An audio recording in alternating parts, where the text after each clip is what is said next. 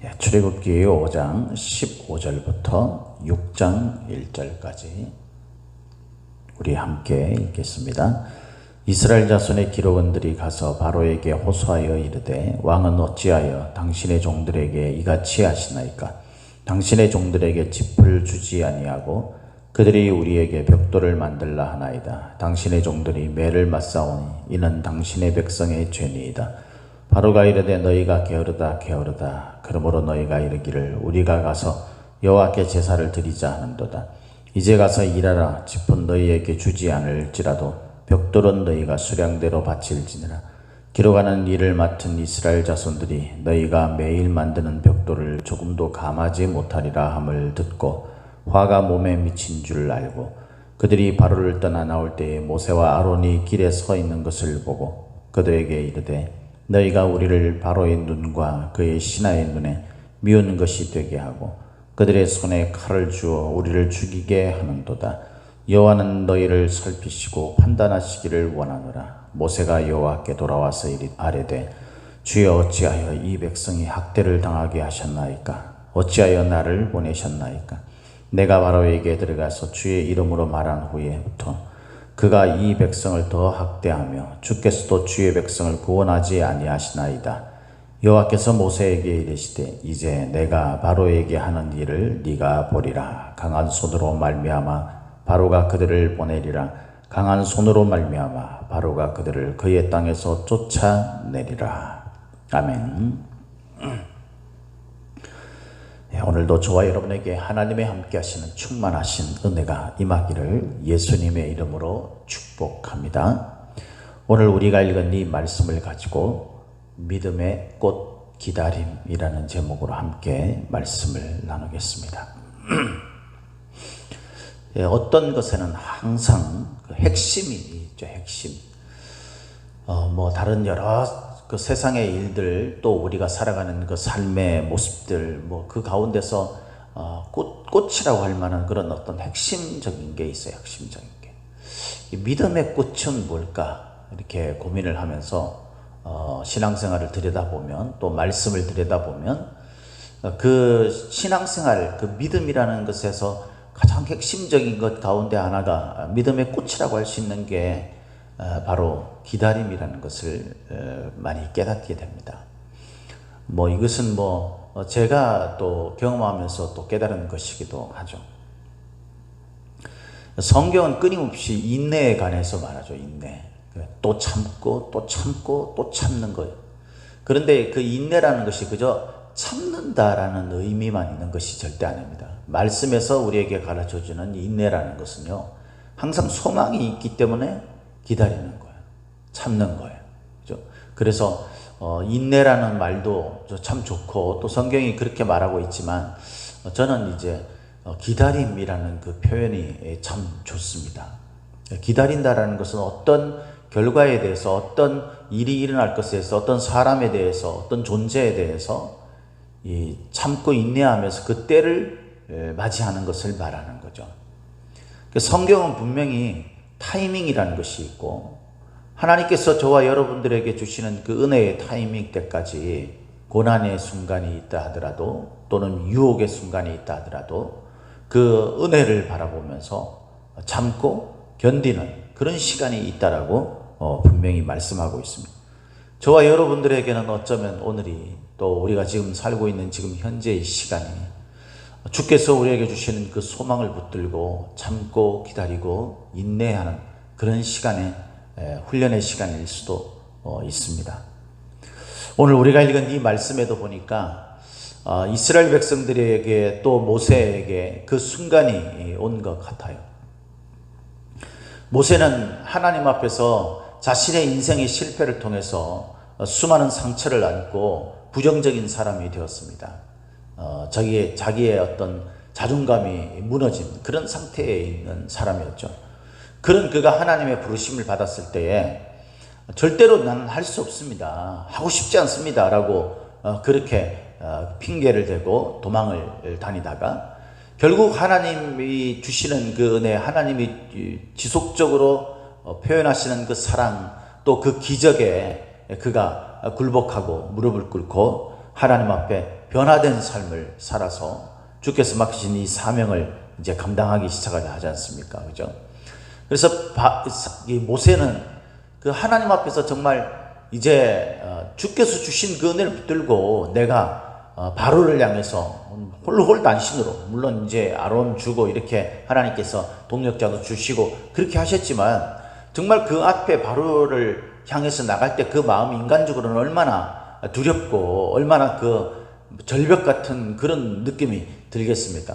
그런데 하나님이 지시하셨으니까 하나님이 나에게 그 기적도 보여주시고 내가 너와 함께해서 반드시 그렇게 만들 것이다. 그리고 그렇게 되게 될 것이다 라고 약속하신 그 말씀 붙들고 그거 붙들고 이제 모세는 그 두려움과 걱정과 이 모든 것들을 그 뒤로 한 채 갔던 거죠. 그러면 어떻게 됩니까?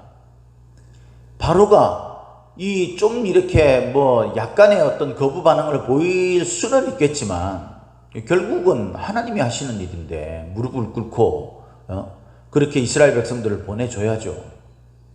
근데 왜 이렇게 바로가 이 모세를 향해서 대적할 뿐만 아니라 오히려 지금 상황이 더욱더 악화돼 버렸어요.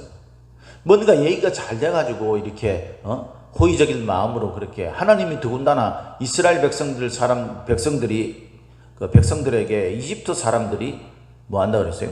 먹을 것이라든가 뭐 갈 때에 필요한 모든 것들을 채워주겠다고 그렇게까지 하나님이 약속을 하셨는데, 그런데 지금 바로가 그럴 길은커녕 오히려 이제 이스라엘 백성들을 더 압제하고, 전에는 뭐 벽돌을 만들 때에 짚을 재료를 주면서 했는데 이젠 재료도 없이 벽돌을 정해진 그런 그 숫자를 정해진 시간 안에 만들어라라고 그렇게 이야기를 하고 있는 겁니다.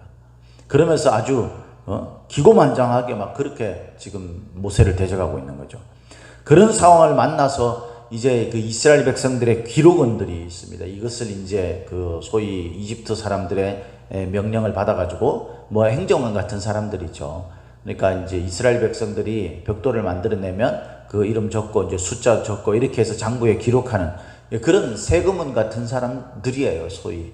근데 이 사람들이 이제 그래도 그 이집트의 그 관리로 있는 사람들이니까 바로에게 갔습니다. 가가지고 바로에게 호소하여 이르되 왕은 어찌해서 당신의 종들에게 이같이 하십니까? 그러면서 이제 부당하다 이런 이야기를 이제 한 거죠. 그랬더니 바로가 아유 그렇구나, 내가 그래 좀 내가 너무하기는 했다 이런 게 아니고요. 오히려 뭐라고 여기 17절에 보니까 바로가 이르되 너희가 게으르다 그러므로 너희가 이르기를 우리가 가서 여호와께 제사를 드리자 하는도다. 이 문제가 어디서 파송됐는지를 이스라엘 백성들 즉 모세와 아론에게 그 화살을 돌리는 겁니다. 그러면서 이 모든 것은 하나님과 너희들의 신앙 때문이다라는 것을 이렇게 부각시키는 거죠. 하나님을 믿고 의지했던 너희들의 요구가 이것은 잘못되었기 때문에 내가 이것을 용납할 수 없다. 다시 말해서 바로가 하나님이 아무리 뭐라고 한다 할들 내가 그것을 막을 수 있는 힘도 있고 내가 그것에 대해서 허락하지 않는다. 하나님이 하시는 일에 대해 내가 허락하지 않는다라고. 사랑하는 성도 여러분, 저와 여러분들도 이런 순간을 맞이할 때가 있습니다. 그죠? 저도 돌아보면 하나님 뜻 받들어서 이제 뭐 하면은 뭐 다 이루어질 것처럼 마음속에 생각했던 때가 있었어요. 그래가지고 막 이런저런 계획도 세우고 막 그렇게 시작을 했는데 뭐 여지없이 무너지는 우리의 현실을 만나게 되죠. 그러면 이제 마음속에 두려움이 임하게 되고 위축감이 들게 됩니다. 내가 이런 일들을 할 수 있겠어? 내가 이게 없는데, 집이 없는데 무슨 벽돌을 만들어부터 시작해서 지금 바로가 이런 상황인데 내가 이 바로를 뚫고 어떻게 하나님의 약속하신 땅으로 이스라엘 백성들을 데리고 가? 이런 생각, 이런 온갖 생각이 들기 시작하면서 이 주눅이 들게 되고 부정적이게 되는 거죠. 이 기록원들이 그런 마음을 가지게 되었습니다. 아, 이거는 이제 우리가 죽을 일만 남았구나. 이건 안 되는 일이구나. 라는 생각을 가지게 되는 겁니다. 그런데 마침 모세와 아론을 만나게 되는 거죠. 그래서 모세와 아론에게 원망을 쏟아붓는 겁니다. 이들의 원망의 핵심이 무엇인지를 한번 봅시다. 21절. 그들에게 이르되 너희가 우리를 바로의 눈과 그의 신하의 눈에 미운 것이 되게 하고 그들의 손에 칼을 주어 우리를 죽이게 하는도다. 여호와는 너희를 살피시고 판단하시기를 원하노라. 이건 모세가 말한 것처럼 똑같이 돼버린 거예요. 모세가 하나님 앞에 부르신 그 소명이, 부르심이 있을 때 그때 뭐라 그랬어요? 그들이 내가 하나님이 보내신 줄 믿지 않을 겁니다.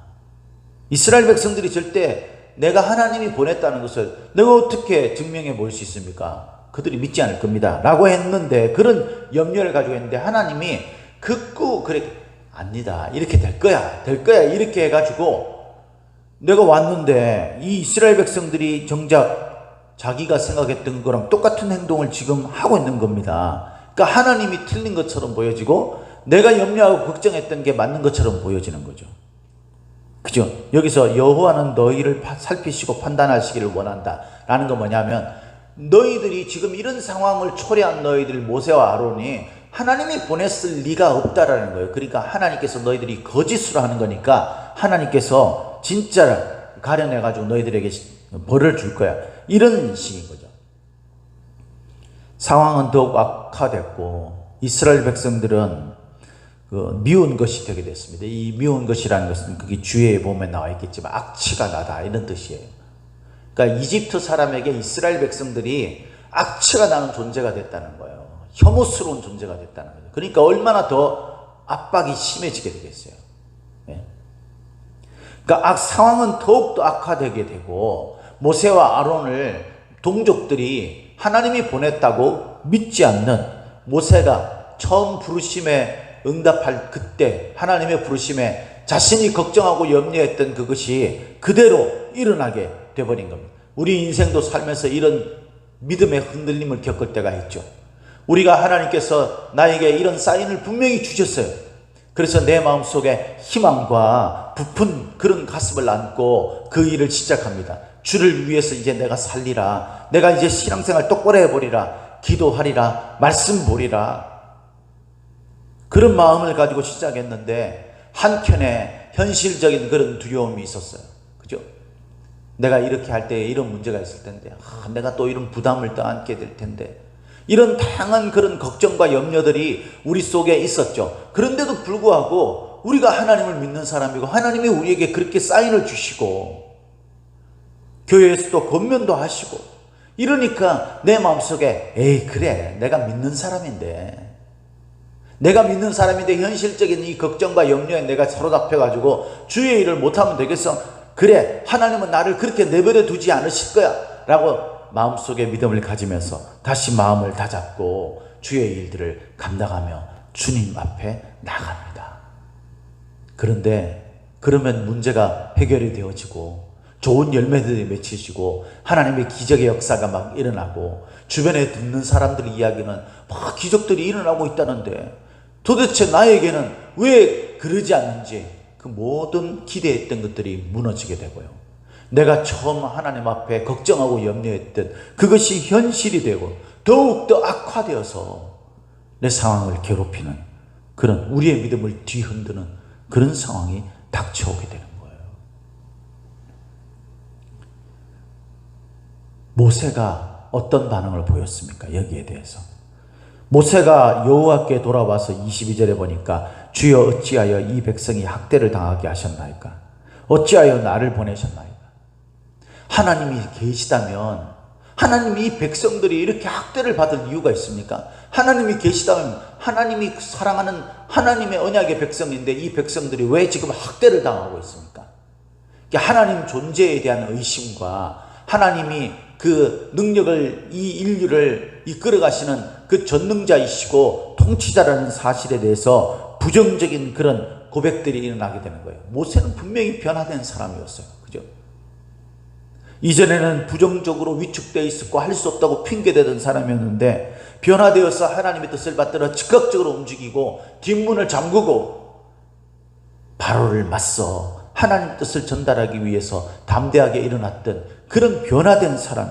근데 그가 현실의 문제, 자기가 걱정했던 것들이 그대로 일어나게 되고 더 악화되는 상황이 되었을 때에 그 믿음이 흔들리게 됩니다. 저도 예외가 아닙니다. 모세가 이럴진데 저나 여러분들도 예외가 아니에요. 여러분, 이 설교를 듣는 모든 그리스도인들이 아마 동일한 감정을 느끼면서 두려움과 회의적인 그런 마음들을 가졌을 때가 있을 거예요. 어쩌면 지금이 그럴지도 모르겠습니다. 하나님이 계시다면 왜 이럴까? 하나님이 나를 사랑하실까? 이런 마음들이 막 일어날 때가 있잖아요. 근데 여러분, 저와 여러분들이 알아야 될 게 있어요. 제가 언젠가 이 기다림이라는 제목을 가지고 설교를 했을 때도 잠깐 그 이야기를 했습니다. 제가 말씀을 준비하다가 그걸 깨달았어요. 말씀을 딱 준비하다가 그때 이사야의 말씀이었는데, 이사야의 말씀을 준비하다가 학대받는 이스라엘 백성들을 이제 흑암 속에 있는 백성들이라고 그렇게 이제 비유를 하는 그 이사야의 말씀을 딱 이렇게 하면서, 그때 이제 이 빛 대신 주님 앞에 나갔을 때의 그 어떤 느낌, 이런 것들을 묵상하다가 문득 그런 게 떠올랐어요. 제가 과거에 거기서 찍은 사진이 있는데, 어렸을 때 제가 초등학교 아마 저학년 때인가 뭐 그 초등학생 때예요. 근데 저희 집에서 이제 있는데 겨울이었던 거죠. 그때는 뭐 모든 집들이 다 아마 그랬을 겁니다.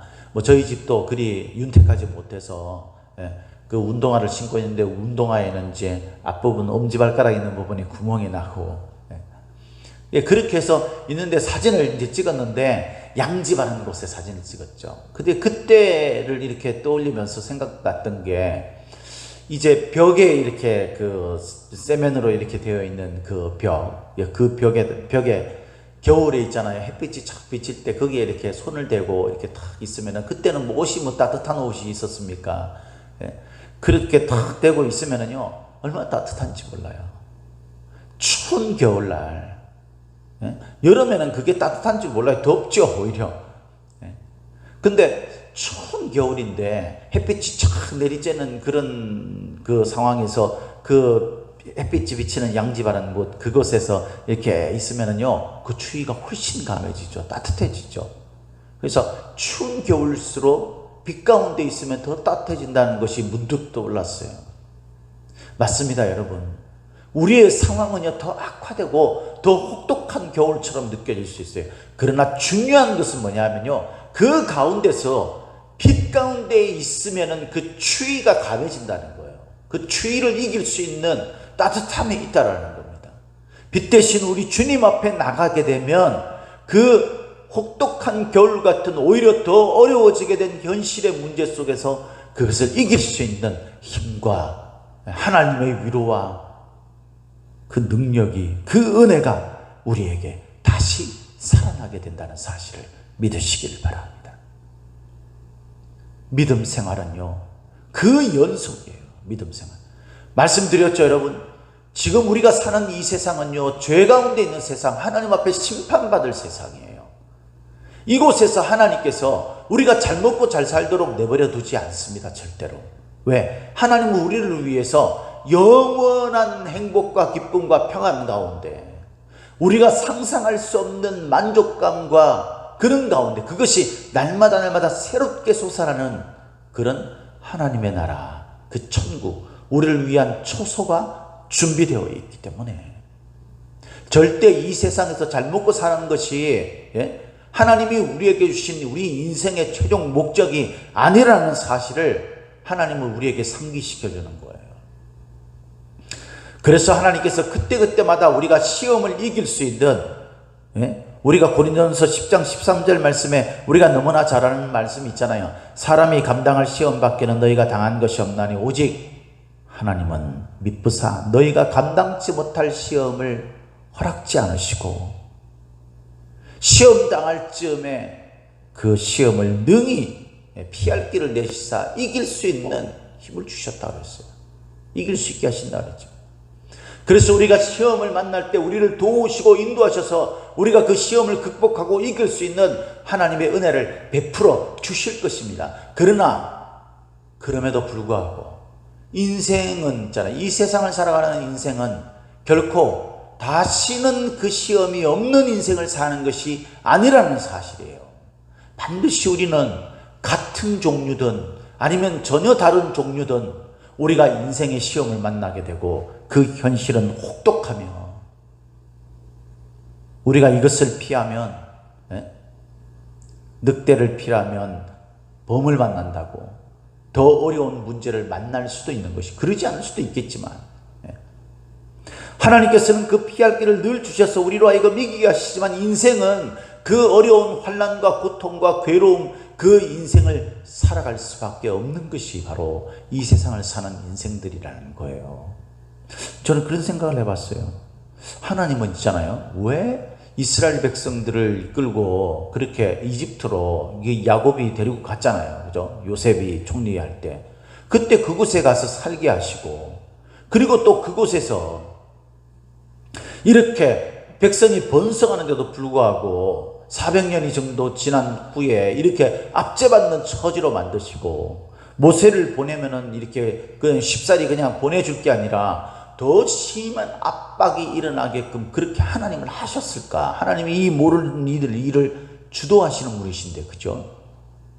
왜 이렇게 하셨을까? 그것을 묵상해 보니까요. 이게 틀림없는 사실이더라고요. 제가 이 말씀을 준비하다가 그 주석책에 봤는데 메이어라는 사람이 그런 이야기를 했대요.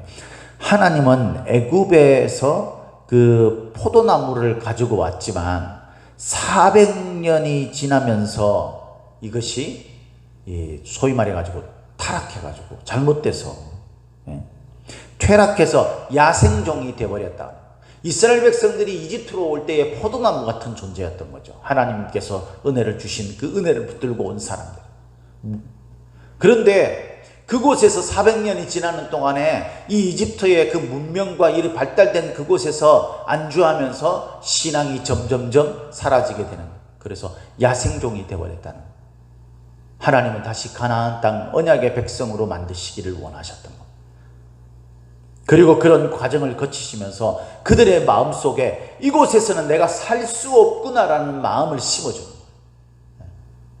만약에 그들이 순순히 모세의 말에 따라서 바로가 그들을 보내줬다면 광야길을 가면서요, 안 그래도 이 바로가 막 이렇게 압박을 하는데도 광야길을 갈 때 그들이 무슨 시험을 만나게 되고 그러면은 이집트로 돌아갈까 이런 소리를 하는데 좋은 상황 속에 있다가 만약에 가나안 땅에 가자 그러면 가겠어요, 여러분? 아마 가면서 시험 만나면 아마 다 돌아갈 겁니다. 내가 미쳤다고 여기를 지금 가고 있어. 거기서는 젖과 꿀이 흐르는 땅이 바로 거기인데 그러면서 이집트로 돌아갔죠. 그러니까 여러분 이런 압박이 일어난 것은요, 이 이스라엘 백성들이 결국 가나안 땅을 사모하게 하는 거예요. 동경하게 하는 거예요. 하나님은 다 뜻이 있어요, 여러분. 그리 안 하면 되지. 우리가 생각할 때 인간적인 그런 얄팍한 마음으로는 그런 거죠. 그러나 인류의 역사, 온 천지 만물을 통치하시는 하나님의 관점에서는요, 우리의 인생에 때로는 환난도 있게 되고 고난도 있게 되는 것이 하나님이 보실 때 우리 인생에 적절한 것일 수 있는 겁니다. 그것을 인정해야 돼요. 그것이 바로 믿음이에요. 믿음의 꽃은 기다림입니다. 이 기다림은 무엇입니까? 하나님이 주신 그 약속이 우리에게 성취되는 현실의 삶 속에서 이루어지는 것이 아니라 하나님의 나라, 주님께서 주신 최종적인 그 약속을 붙들고 하나님을 향해서 나가는, 그때 만나는 수많은 난관과 어려움 속에서도 그 믿음을 붙들고 주께서 우리를 그때그때마다 도우시는 것들을 기다리는 것과 마침내 우리에게 이루어질 하나님 나라에 도달하는 영원한 생명을 기다리는 것, 그것이 바로 믿음이에요. 믿음 생활이에요. 저와 여러분들은 지금 어떤 기다림을 가지고 있습니까? 이스라엘 백성들은요, 이 어려운 문제를 만났을 때 이 기록원들은 이 15절에 보면 바로에게 호소를 하죠. 이 호소하다라는 말이요, 이츠아쿠라고 그래가지고 이 말이 부르짖다, 도움을 호소하다라는 뜻이에요. 근데 이게 2장 23절에 보면 하나님께 이스라엘 백성들이 고통을 받으면서 하나님께 부르짖을 때 썼던 그 말이랑 똑같은 거예요. 그러니까 이스라엘 백성들이 믿음이 부족해가지고요, 어려운 문제를 만나면 이들은요, 세상의 어떤 힘을 의지해서 그곳에서 하나님께 하듯이 부르짖는 겁니다. 그러나 모세를 한번 보십시오. 모세도 똑같이 마음속에 시험이 옵니다. 내가 하나님의 뜻을 받들어서 살려고 하는데 왜 내게 이런 시험이 오는 거야? 하나님 도대체 살아계신 거야? 이런 똑같은 믿음의 시험이 오고 환난이 오고 고난이 왔을 때 모세는 하나님께 돌아갔어요. 22절에 모세가 여호와께 돌아와서 자신의 그 흔들리는 마음, 자신의 그 부정적인 마음, 이것을 주님 앞에 고백하며 고백합니다. 그때 하나님께서 6장 1절에 말씀하시죠. 여호와께서 모세에게 이르시되 이제 내가 바로에게 하는 일을 네가 보리라. 강한 손으로 말미암아 바로가 그들을 보내리라. 강한 손으로 말미암아 바로가 그들을 그의 땅에서 쫓아내리라. 두 번이나 반복해서 하나님이 반드시 바로로 하여금 이스라엘 백성을 보낼 수밖에 없도록 내가 만들겠다. 그걸 네가 이제 보게 될 것이다 라고 확답을 다시 주십니다. 사랑하는 성도 여러분, 어려운 문제를 시험을 만났을 때에 주님 앞으로 돌아가십시오. 그러면 기다릴 수 있는 소망과 힘과 위로와 은혜를 주께서 다시 주십니다. 믿음의 꽃은 기다림입니다. 오늘도 저와 여러분들의 삶 속에, 현실 속에서 주를 향한 간절한 기다림의 소망을 붙들고 살아갈 수 있는 저와 여러분들이 다 되시기를 예수님의 이름으로 축복합니다. 축복합니다.